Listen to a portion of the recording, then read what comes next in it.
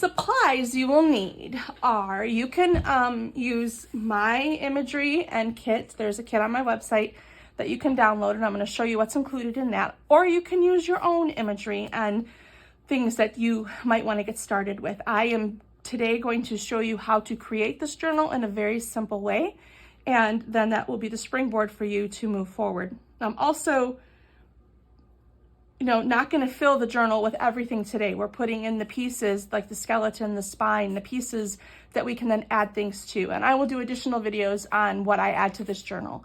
And so be sure that you are on my email list, which if you are watching this video, you already are. So be sure to watch your email for when those updates come that I add the things that I make and to add to this journal. Okay, so first things first, I'm going to set this aside. This is the inspiration. And these items are going to be in the kit that you can download off of my website.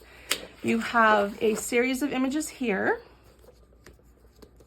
I am also including some full-size page images because I love a full picture page and I love writing on my imagery. With this full page, I love just writing on here. It's just magical to me. It's one of my favorite things to do. As you can see, I have papers all over written, photos written on. So, okay, here's a full-size images that are included in with the kit. And this one I kind of cropped.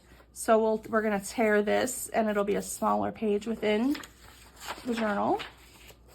These are some, they could be journal cards, they could be stickers, that you can tuck them in anywhere, whatever. This is the, my gosh, my theme, what I want to convey, what I want, like the feeling that I want for this journal, how I want to feel and the things that I want to add to it that evoke these feelings for me as just something to remember.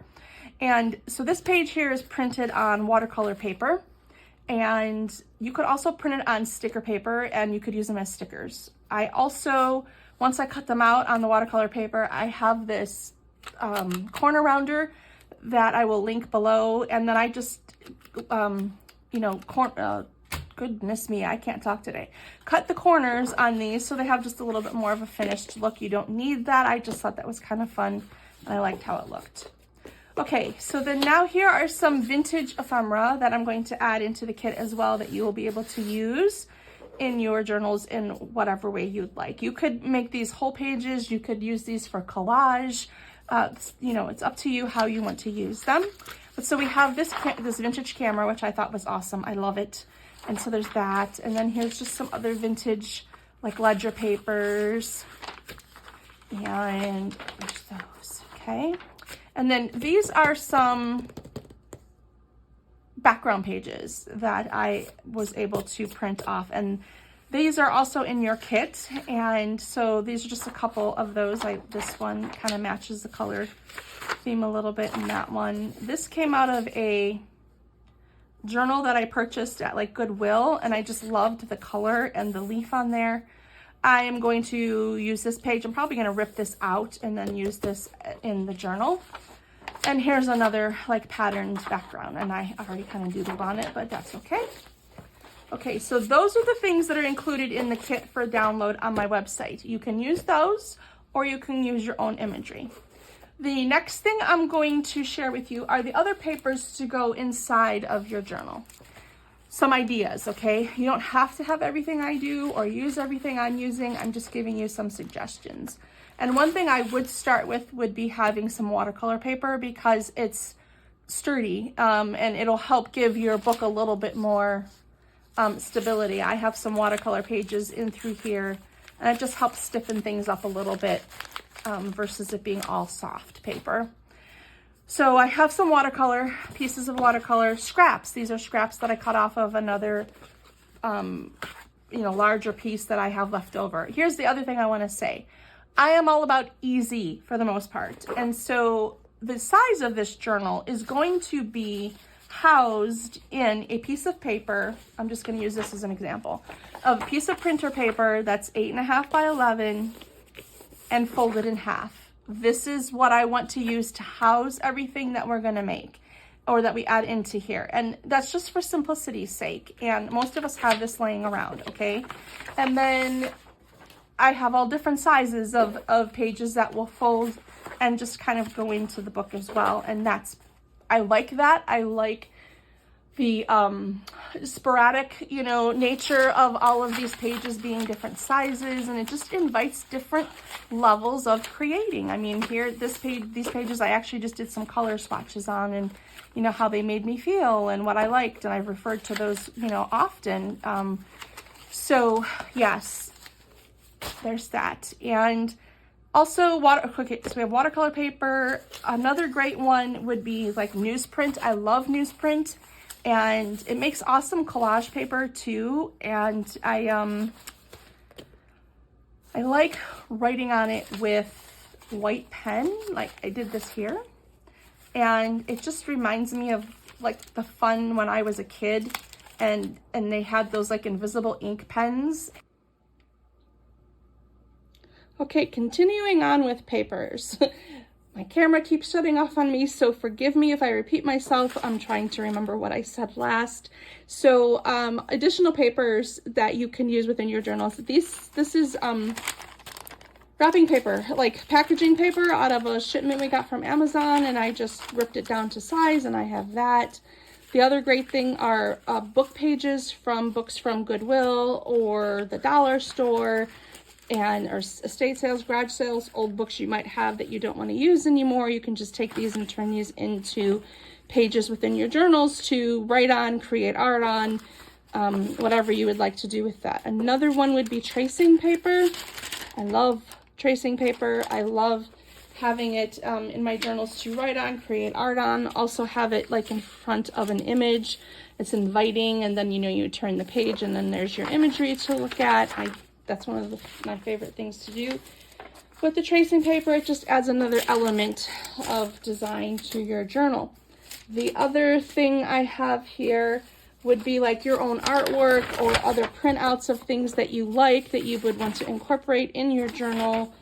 Magazines, that's the other one. Pay attention to magazines that you have that you love, and you can, you know, take pages out of them and use them in your journals. This is just a beautiful, oh, look at that. I just love Victoria magazine. It's one of my all-time favorites. I used to have like the collection, the entire collection from 1990 forward, but then I ended up having to get rid of them because of mold. So every time I start to collect these babies, I end up having to get rid of them. It's very sad. So now I'm trying to find them online. And anyway, so pages from here would be beautiful. It just matches my theme. The Art of Correspondence. Isn't that just a gorgeous page? And if you don't want to rip them, you know, you could make a copy and use it in your own personal journal. You can't obviously take it and use them to sell, but you could use them in your own personal work, the stuff that you love. So there's some options there, and whatever kind of magazines that you are drawn to. So magazines, magazine pages, your artwork, and here's a collage that I did that I really like. I'm going to add that in. Here's some other book pages that I had kind of painted and created on. Here's a photo of a part of an impressionistic painting that I love. So there's that. And this here is a Costco mailer. And I use these when I need to like clean off paint off a page, or I use it to like glue if I needed to, like, say, glue this photo in, and I would glue it and then let the glue come off the edge so I'm sure to get it all. And then I just stick the pages together, and that's the end of it. Well, I ended up on this page when I was doing some wood blocking printing with gesso, and I wanted to clean off the block, and it made these awesome prints like into the gesso on this paper. So I think this will be awesome to put like watercolor in and just see how it responds. And so this page I will be putting in this journal. I'm going to rip it out and use it. Okay, I think that's all for papers. The other thing we need would be an awl to poke your holes. You need either waxed thread or like a twine.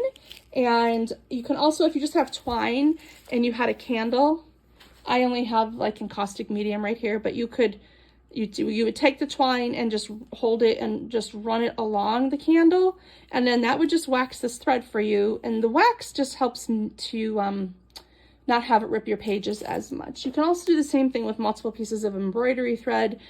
You know, use whatever you have on hand, but dental floss is another good one, but I really love this twine, and I bought this years ago, and I'm finally just now starting to get down to where it's falling apart.